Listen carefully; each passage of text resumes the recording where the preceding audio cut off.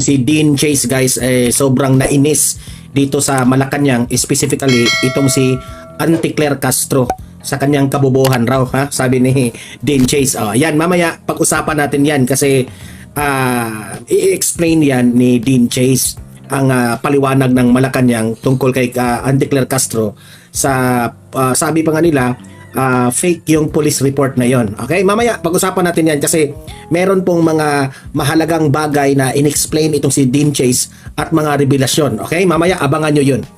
Pero bago natin pag-usapan yung kay Dean Chase, no, unahin muna natin ito na ang palasyo o itong Malacanang bukas raw sa suhestyon ng Office of the Vice President. Yan ang sabi ni Auntie Claire Castro. Magtataka ka ngayon bakit itong Malacanang biglang bumait dito kay VP Sara, di ba? Biglang bumait eh. Mamaya pag-usapan natin yan. Ito, pag-usapan rin natin itong ICC. Wala pa raw formal na arrest warrant laban dito kay Senator Bato de la Rosa. Kasi kumakalat ngayon ang issue na ito raw si Senator Bato de la Rosa, no? Itong si E.S. Bersamin na posibleng maghain ng arrest warrant ang ICC kay Senator Bato de la Rosa. Usap-usapan na ang susunod na huhulihin nila ay si Bato de la Rosa, o di natin alam baka itong si Senator Bato ay dadalhin nila dito doon sa ICC.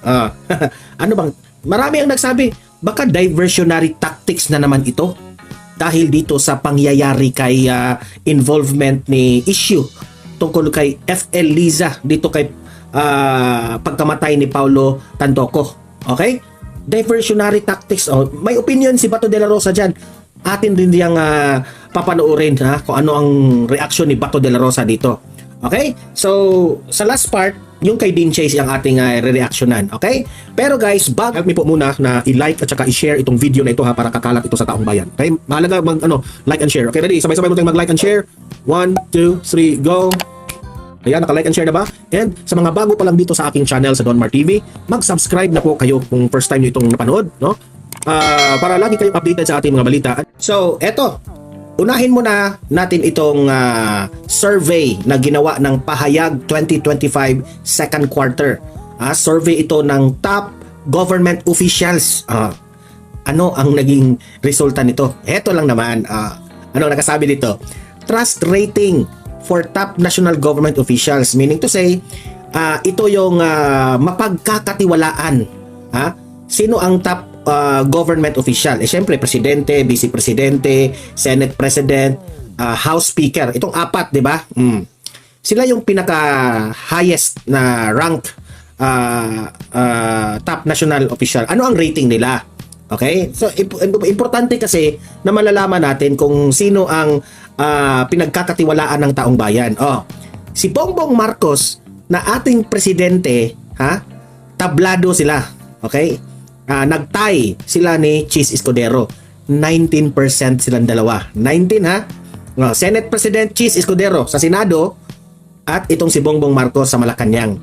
19%. Okay? Sa Kamara naman, sa House of Representatives naman, siya yung pinakamababa, itong si Martin Romualdez. Ano ka ngayon, Martin Romualdez, no? Kapag malalaman mo tong 10% ka lang, tatakbo pa kaya ka sa 2028? 10% ka na lang. Kahit anong ayuda na ginawa mo, kahit anong mga salot-salot mo dyan na para siyang presidente doon sa mga sundalo, 10% pa rin siya. Sobrang baba po ang percentage mo. Ang taong bayan nagsalita na, Martin Romualdez, na ayaw talaga sa iyo. Kahit anong gawin mo, Martin Romualdez, wala ka talagang future maging presidente. Kahit tatakbo ka bang vice president sa 2028, wala pa rin. Walang gusto sa iyo. Kayong dalawa ni Bongbong Marcos, mainiduro kayo sa 2028. Totoo yan. Ang tanong, sino kaya yung pambato nila sa 2028? Itong mga loyalista. Yan ang hindi ko pa alam eh. Ngayon, palakpakan.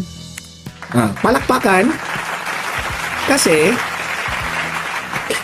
yung ating Vice President Inday Sara Duterte has the highest trust rating of all the government official, which is 33%. Ayan.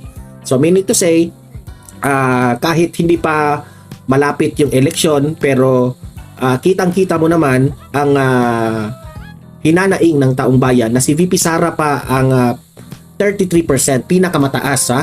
Partida pa yan ha, sinisiraan pa yan ha, pero siya pa rin ang mataas, di ba? 33%. Sinisiraan pa yan ha, sinisiraan pa yan nila ha.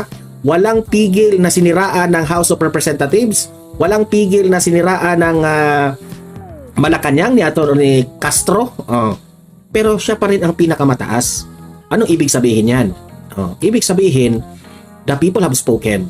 Ang mga ginagawa ngayon sa Administrasyong Marcos, hindi po satisfied ang taong bayan. Okay? Meaning to say, ang taong bayan, gusto ng si VP Sara ang maging presidente. Kung ako pa sa iyo, Marcos, no?